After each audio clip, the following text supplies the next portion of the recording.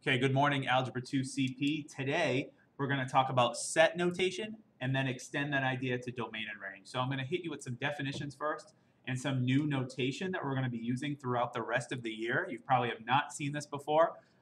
So it's really important that you understand it because, like I said, it's going to be used for the rest of Algebra 2. We're then going to take that concept and apply it to domain and range, which is something that you probably did in Algebra 1, but we're going to approach it using this new set notation in Algebra 2. All right? So let's start out with the definition of a set. In mathematics, a set is a collection of items organized in a meaningful way. Okay? So it's a set of items that are organized together in a meaningful way. Things that are included within set, these items, are actually referred to as elements. Okay? So the things within sets in mathematics are called elements. These are an item contained within a set. Within a set. So sets have elements. Elements are contained in sets. All right? I'm about to show you three different notations that look very, very similar, but actually mean very, very different things. So be prepared. Okay, first one looks like this. So these curly braces here look like that. That's a better looking one than the first one. Square brackets. And parentheses. Okay. All three of these look very similar, but they actually, again, mean very different things. When we're using curly braces like this to denote a set, this literally means a set containing the elements -3 and 5. This set is a collection of two things. Those two elements being -3 and 5. This set has two things in it. The two elements in it are these two numbers. Okay? So these curly braces are used for listing elements. If you physically want to list out all of the elements in a set, then you would use these curly braces in order to do so. Okay? Typically that's used like when you only have a couple elements in a set, you can just list them all out rather than using fancy notation. Okay? And it's also useful for sets containing integers and not fractions and decimals and all sorts of rational numbers. Okay? When you use the curly brackets to denote a set, the curly brackets actually is very different than this. Or sorry, not the curly brackets, the square brackets, my fault. The square brackets, very different from the curly braces up there. The square bracket, -3, and square bracket 5 is a set containing all elements from -3 to 5. And this includes -3 and 5. Okay? So the elements in this set are -3 and all of the numbers from then up until 5. So -2, -1, 0, 1, 2, 3, 4, 5. And don't forget about all the fractions and decimals in between. 1/2 would be included in this set. Pi, 3.14 approximately, would be included in this set. 0, I said 0 already, but like -1.5 is in here.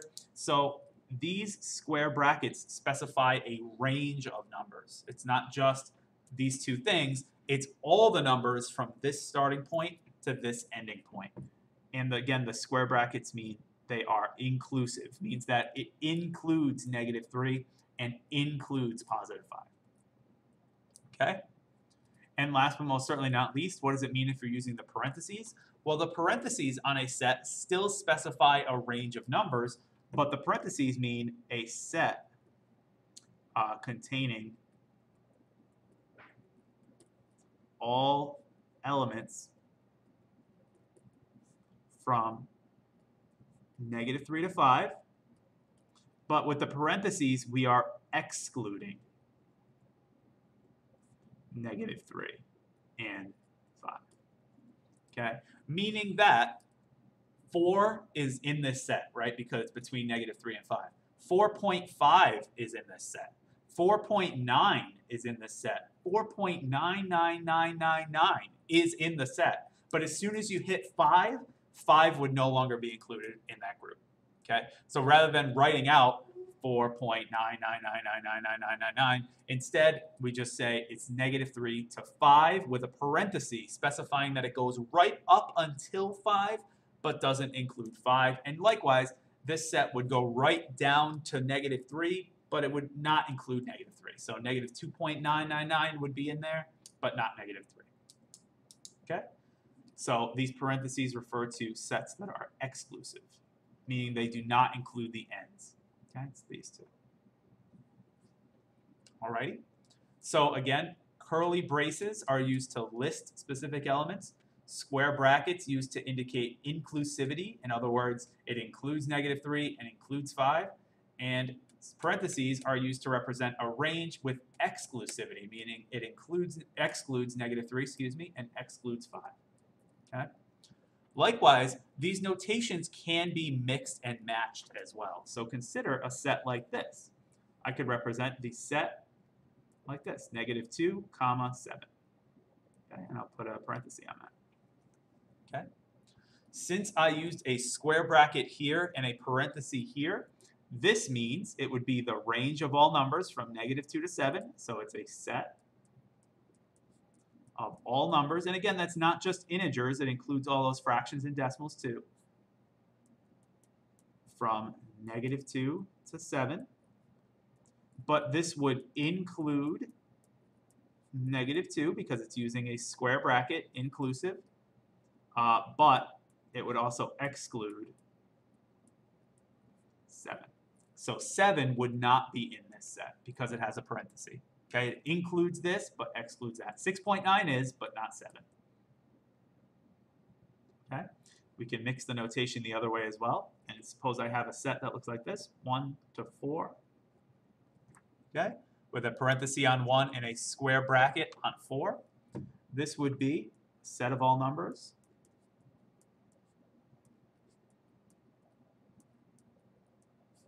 from 1 to 4.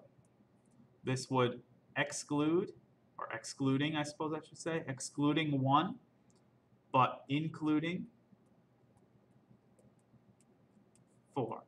Okay, so 1 is absent from this set. The number 1 is not present here, but the number 4 is, because number 4 is included. 1 is excluded. Okay, but 2 is in here, and 3, and all the fractions and decimals in between. All right. Now, what do you think this means? Think about it for a minute when I write it.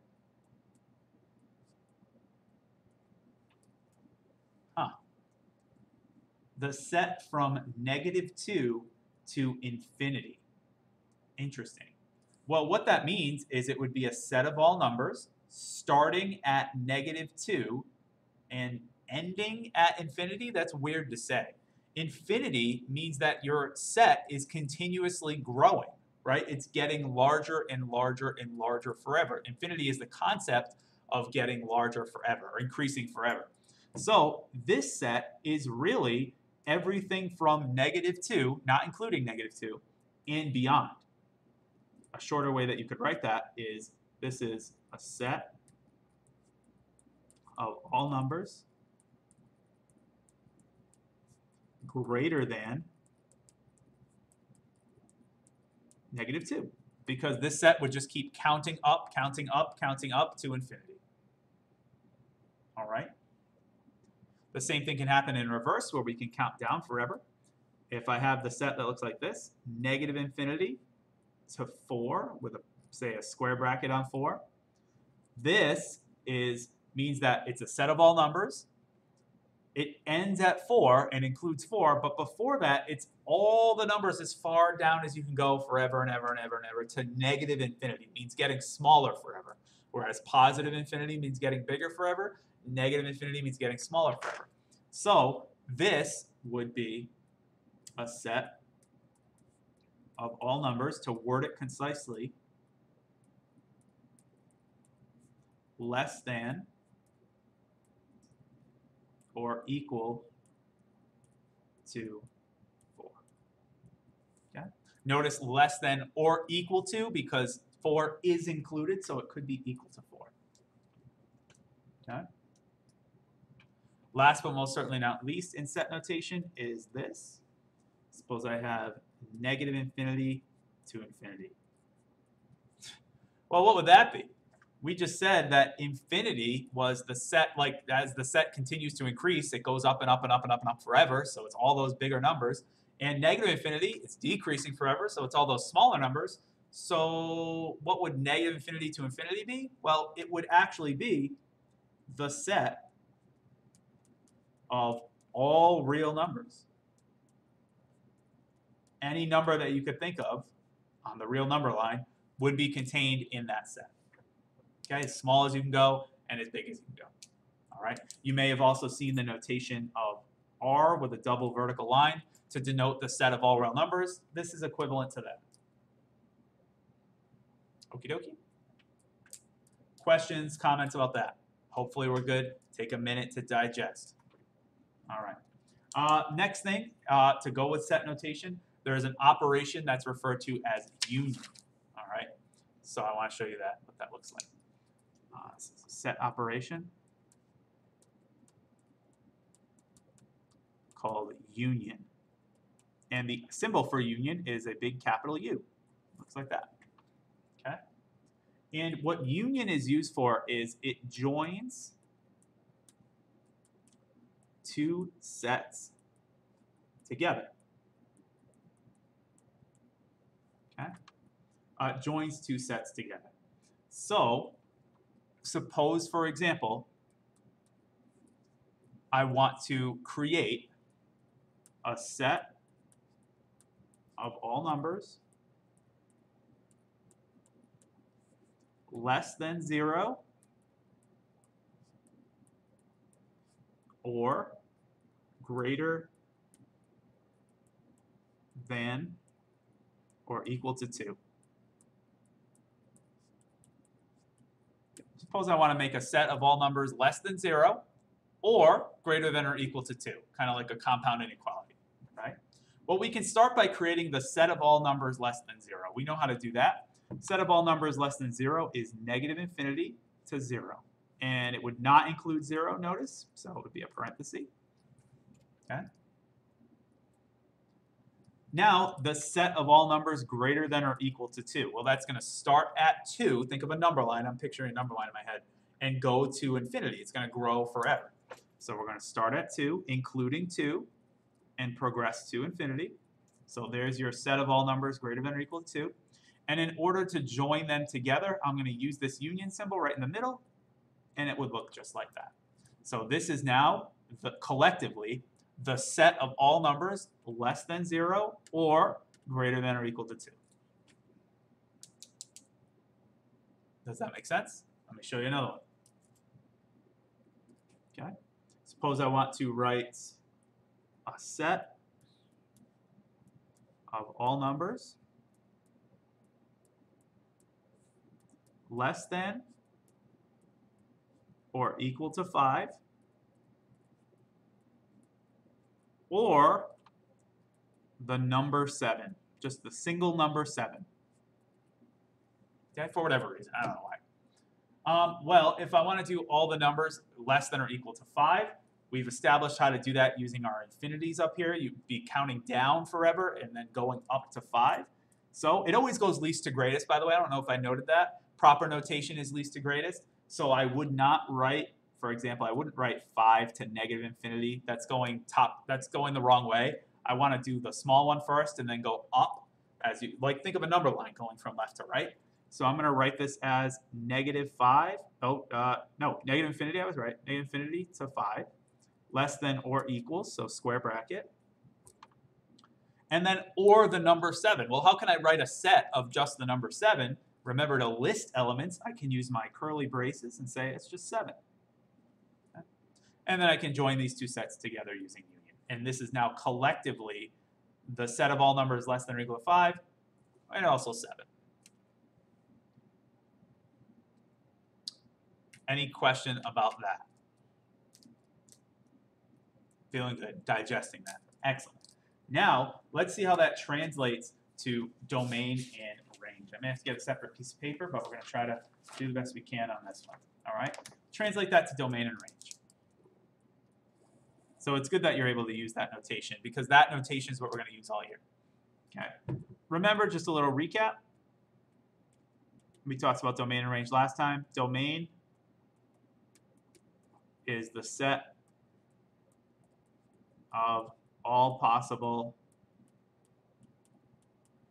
input values, which is x, and the range is the set of all possible output values, which is typically y. Okay? So your domain is the set of all possible inputs. Your range is the set of all possible outputs.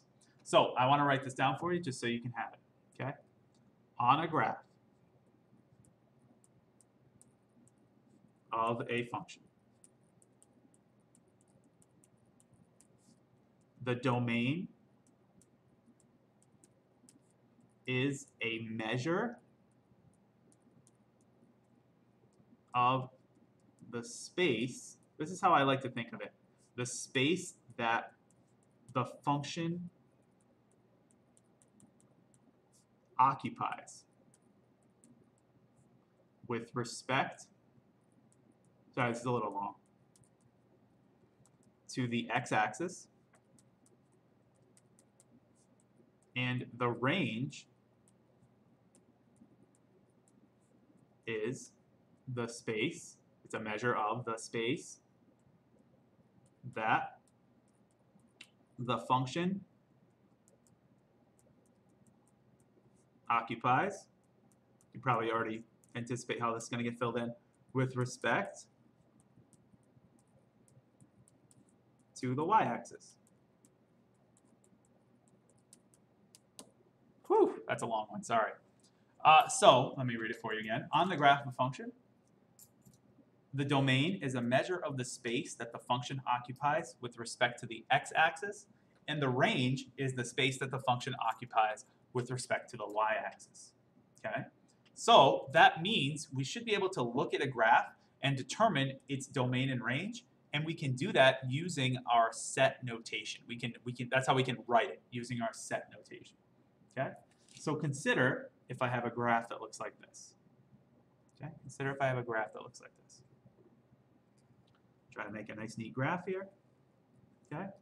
I'm going to go up to 1, 2, 3, 4, 5. I'm going to go to the left to -3. So I'll have this point right here. I'll label it for you so you can see it clearly. -3, 5. I'll have another point here, another point here. And then we have 1, 2, 3, 4, 1, 2. So real point right there. Okay? And say I have a function that looks like this. This is 0, 0. That's 1, 1. This is 4, -2. Right there. That looks like this. Okay? Looks like that. What would be the domain and the range of that function? Well, to look at a function's domain, I would see what's the space that it takes up with respect to the x-axis. I would look on the x-axis and see, ooh, well, the furthest to the left it goes is -3. Do you see that? And that includes -3 as well. The function does touch -3. What's the furthest to the right it goes? Well, the furthest to the right that the function goes, remember this is x, this is y. Furthest to the right that the function goes is 4, correct? So I would say that my domain, all of my possible x values for this function go from -3 to 4, because there is no function over here, and there's no function way over here. It just lives in the zone from -3 to 4. So your domain, including -3 and including 4, that is your domain. It's all of the numbers from -3 to 4. Okay? The range is done in the same way, except you're going to be using the y values now. Domain is left to right, range is bottom to top. So I would say, what's the lowest that this function goes? Well, the lowest it goes is -2. It includes -2, right? Because that hits that point. What's the biggest this function goes? The tallest it gets? Well, the tallest it gets is 5, and it includes that value of 5.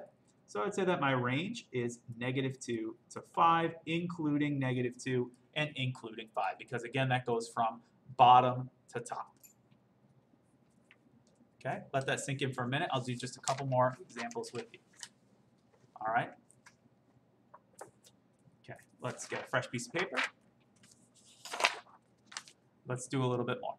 Okay, there we go. I can see the screen now, yes? Okay, very good. Suppose we have this graph. Let's do another graph. Okay, I'll do a parabola this time. There's my coordinate plane. We're going to have this one go down to -3. I'm going to put a point right there. I'm going to have it almost like a U shape, extend up this way forever, extend up this way forever. I'm going to say that low point is right there at 0, -3. Okay? We'll later call that the vertex, but for now, the low point. What is the domain and what is the range of that graph? Well, I would ask you, what is the furthest to the left that the graph goes? And this may be initially a little tricky, but think about it. This arrow at the edge of the graph represents the fact that the function is extending forever and ever and ever. I can move my paper down here. Forever and ever and ever and ever and ever and ever and ever and ever and ever to the left. And this arrow over here would mean that the function is extending forever and ever and ever and ever and ever and ever to the right. So there's really no start point and no end point. The graph goes forever to the left and forever to the right, because that's what this arrow means. Even though it's going to be pretty steep, it's still going to go to the left forever and go to the right forever. So the domain is all real numbers, -infinity to infinity. It goes as small as possible to as large as possible. What's the range of the graph? Well, it doesn't go down forever. The graph only goes down to -3. It does include -3 though, so we're going to say it's -3, comma.